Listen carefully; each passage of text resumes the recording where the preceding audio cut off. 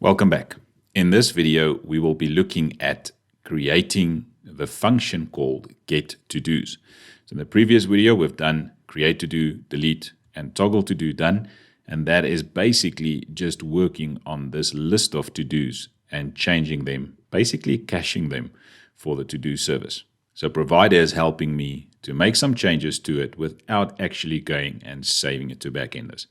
So now we will be looking at getTodos, and after that we will see how we can save this to-dos to Backendless. Right, so let's get right into it. Inside of the getTodos, you can see that we accept a username and it sends back a string there, a future string. So this result will start off as being okay, and if there's errors, we will change it and at the end return it. Okay, so we will be accepting a username to get the to-dos from Backendless. Why do we need that?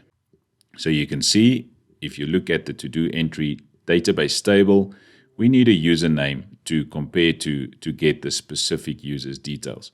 So we're going to take the username field to check which one to return back. So to query the database, we're going to use a data query builder. So for the data query builder class, let's call this just a query builder equals a new data query builder. On that data query builder, I'm going to use a indentation with 2 dots. So on that data query builder, we will have a where clause. So for the where clause, I'm going to use it as, let's use double quotation marks here. I want the username field to be equal to this username that was passed in. So I'm just going to use username there. Okay, so I want to query the specific table called TodoEntry, where the username is equal to the username that was passed in. So if you have a look again at this, where the username column is equal to the one I will pass in. So if I pass in chuck@gmail.com, I want to retrieve this specific entry. Now, before we actually go to Backendless and run this query to get back some data, we want to go and set this busy retrieving to true. And I want to notify any listeners for this. Right, so let's go to Backendless now and get back the data. So what we want to call is await Backendless.data, and we're going to go to a specific table. So we're going to use of there, and the table name will be TodoEntry. So just make sure about your table name. You can see we spelled it TodoEntry, exactly the same spelling. So that is the table I want to go and have a look at. And on that, you can call the find function. So for that find function, we're going to pass in the query builder there, and that will go to the TodoEntry and run this query. Go and get everything where the username is equal to the username that was passed in. Now, if I just end it off here, have a look at this find function. And you can see that this function sends back a list of maps. But we know that actually in this list of maps, we will get only one entry. So in that list, the only entry that will come back will be that specific entry. So we can refer to that one as the first entry in the list.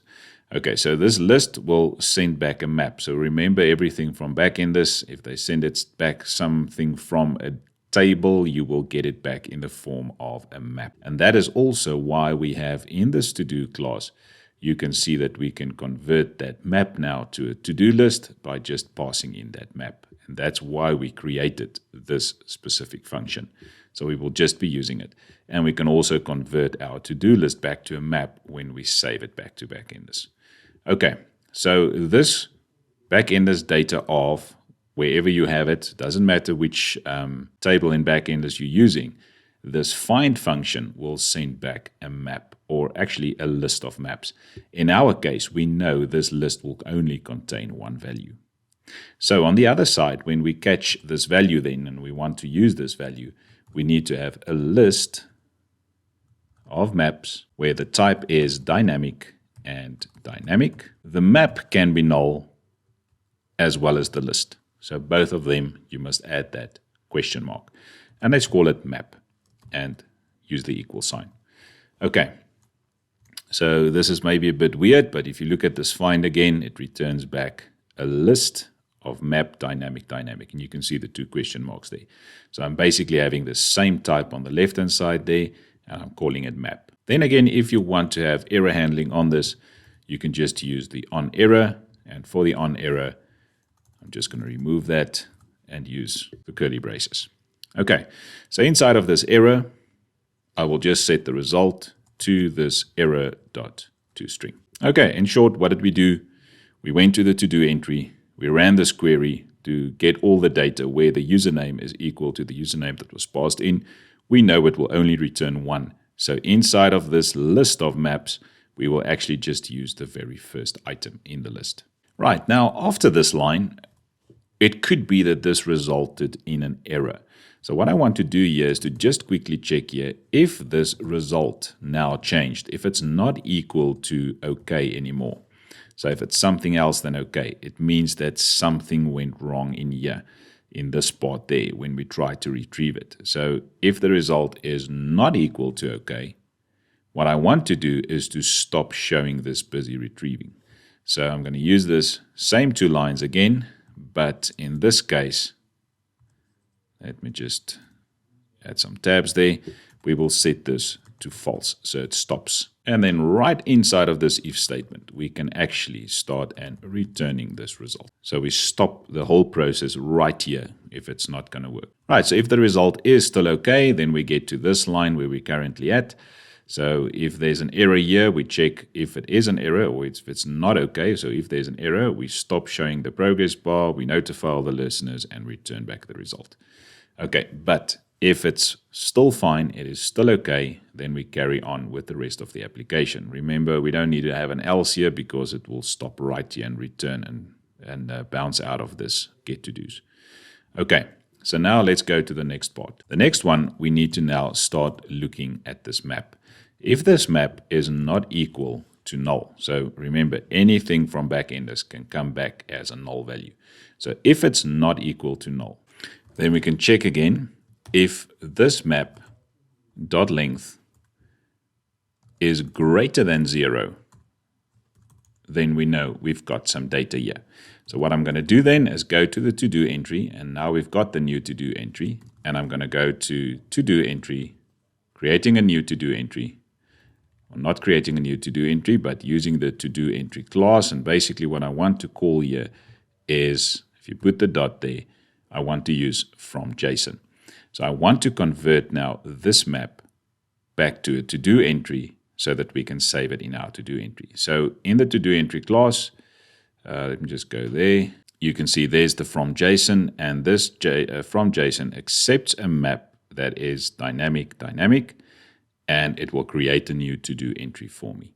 Okay, so let's just see how that will work. So in this case, we will just be passing in the map, but the map, remember this map is a list of maps, and we want to get the very first element in that list. So I'm going to pass in map.first, which gives me the first map inside of this list of maps. We know that there will only be one, so that's the one we're referring to. So then we get our new to-do entry.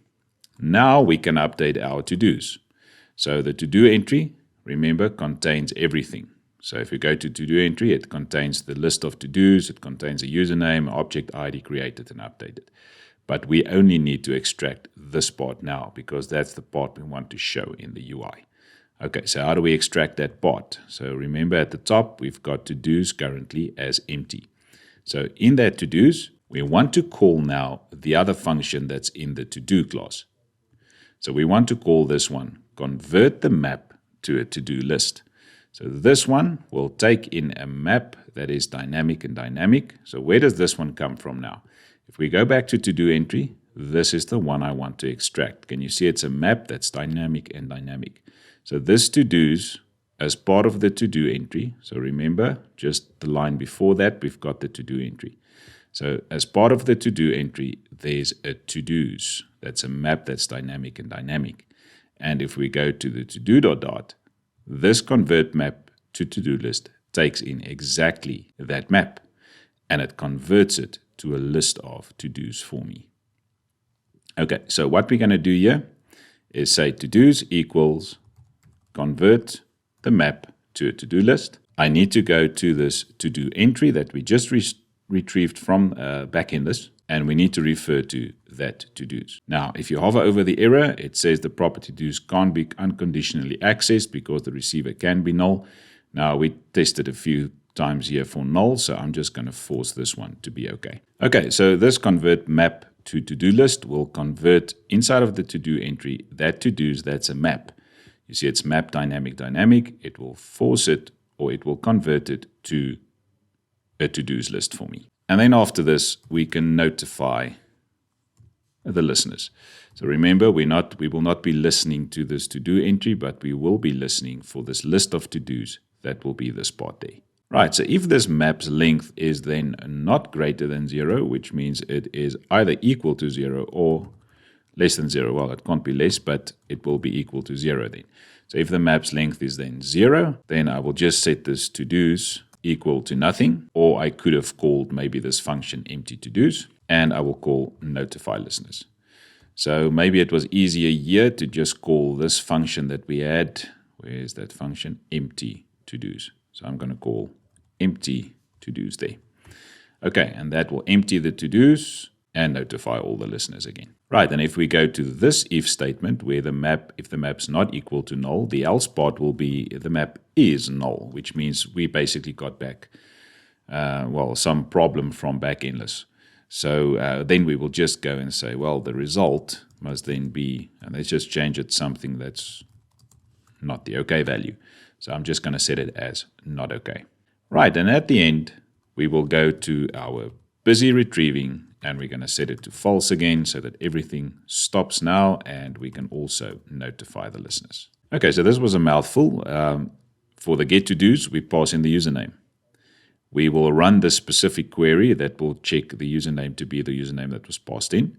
We start showing the progress. We get the map back, or we get the data back from the table called TodoEntry, where the username is equal to the username. And if there's an error, we note that error.